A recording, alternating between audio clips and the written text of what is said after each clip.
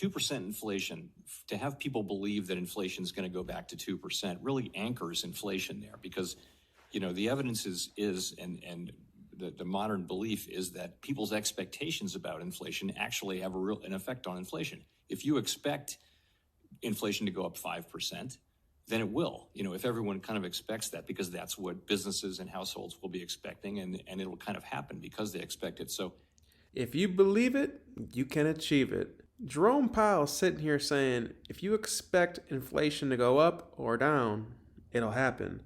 That's not how economies work, sir. They just keep lying to you. If you don't see this and get this, you already lost. What's happening, crypto crew? Sean's coming back at you, another cryptocurrency video. And you know what we do. Whether the market's pumping or dumping, the Bitcoin bros are here for you. And we have a jam-packed video for you today, so let's get straight into it. We showed you this on the charts, the Bitcoin dominance. This is the Bitcoin dominance on the 3-day. And you see that we've been just having this downwards resistance or support, depending on what phase of the chart you're looking at. But if you look here, we sort of bottomed out and we're having some type of symmetrical triangle formation. And look what just happened. We just broke out of it on the 3-day. This is definitely bullish. Now, what Bitcoin is going to do next, we could blast through this and hit a technical target up to the 50 to 60% range, or we could come back, retest resistance to support before we have that bump and run pattern. Plan B saying that the momentum is definitely turning bullish. Despite the banking woes, the blue is next, then red. So what happens every time we turn blue? Then red is a blast off. Blue, red's a blast off. Blue, red's a blast off. So that's what's coming in next and what's in the cards for Bitcoin. So the next year or two could definitely get very bullish. And then an update from Pentoshi. What he's calling for is if we get a close above 25.2K, which is previous resistance, then we're going to go up to about 28 to 29,000 in the short to mid term. As you see here from Trading Shot, we see that this is definitely in the cards. As the 50 moving average is curling back up, we're in this expanding wedge form. And the top of this target, which we probably already hit around that 26.5 level, and then we're going to have an ABC retracement before we hit that ultimate target between that $28,000 to $29,000 range. This is sort of in line with what Pentoshi was saying. But then also we have a fractal pattern that's playing out that could be very, very similar to what we've seen in 2015. And this fractal pattern is when we have this 100 moving average and the 200 moving average have a bullish cross. What does that give us? That gives us a major blast off. In 2015, this went up 100%. If we do something similar, and we had the cross here, but as far as the actual target goes, this will take us up to a $39,000 Bitcoin. More Bitcoin price targets. If Bitcoin follows this pattern, the next peak is 400,000, another 10x, and after the peak, a dump to 80K, another 0.2x. Yes, this is very bullish, but this is why you have to be careful what you're looking at on crypto Twitter and who you're listening to, because this was tweeted out a year ago. If you look here, it didn't even stay in this box. We fell all the way down to here.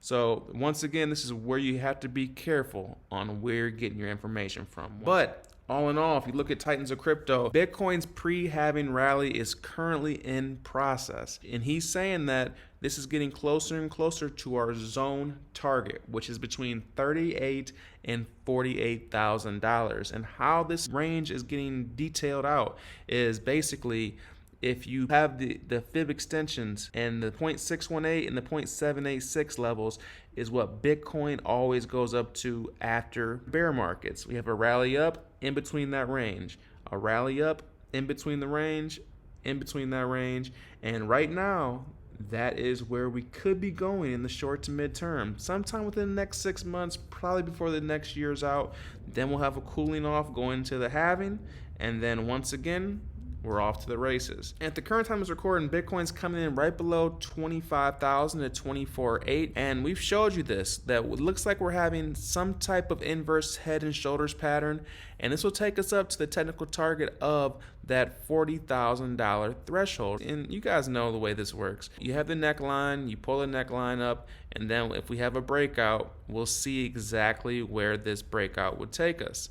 And we tried to have a breakout here. It didn't sustain. We didn't stay above this line.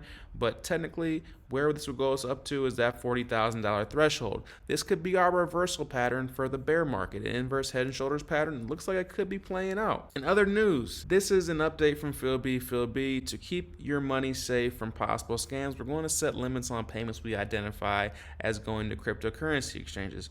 From March 16th, we'll limit faster payments made from these exchanges to 1K a day and then 5K in any 30-day period. So now they're limiting the amount of Bitcoin, the amount of crypto people are accumulating. And look at this here, what Phil B says.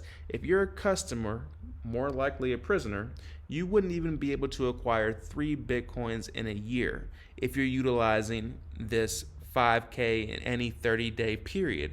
Now note, this is something to be mindful of because this is at the current price action. What if Bitcoin's $50,000? Double what it is now. Then this goes down to 1.5 Bitcoins if you're utilizing the maximum amount that you're able to allocate towards Bitcoin in a 30-day window. So right now they're closing retail. They're shutting retail out. There's a hunch that the big boys, the institutions, once the ETF is passed, will be able to have the floodgates open wide up. So we hope that you've been accumulating Bitcoin. We've been telling you this for years. Do you have one whole coin yet? And some more breaking news. Department of Justice urges the Treasury to assert that a 500K cap on administrative forfeiture does not apply to Bitcoin and crypto. Meaning that when they come for your Bitcoin, they'll take all of it. So is this going to be some type of totalitarian kick your doors in, steal your Bitcoin? Well, if you have it on our exchange, you might want to consider housing your own crypto. And also, a bullish turn of events. The Federal Reserve is planning to inject $2 trillion of funds into the U.S. banking system in order to ease the liquidity crunch and reverse tightening. So the tightening, the rate hikes is going to stop, and the money printer is going to continue to go burr. And here's the source here, and this is basically stating that $2 trillion to U.S. banks, and this is stated by J.P. Morgan. The Federal Reserve has announced of BTFP, a funding program to help U.S. banks. As per a new scheme, the Fed will administer $2 trillion to the U.S. banks. What this program was, it was created to support American businesses and households by making additional funding available to eligible depository institutions to help assure banks have the ability to meet the needs of their depositors. So basically, this is just a fancy way of saying bailouts. They're bailing out the banks again, like they did in 2008, and printing more money. $2 trillion right now. What's it going to be a year from now? 5 trillion, 10 trillion?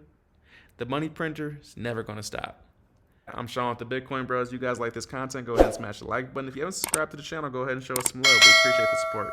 With that, that's all I have for you today. And I'm out.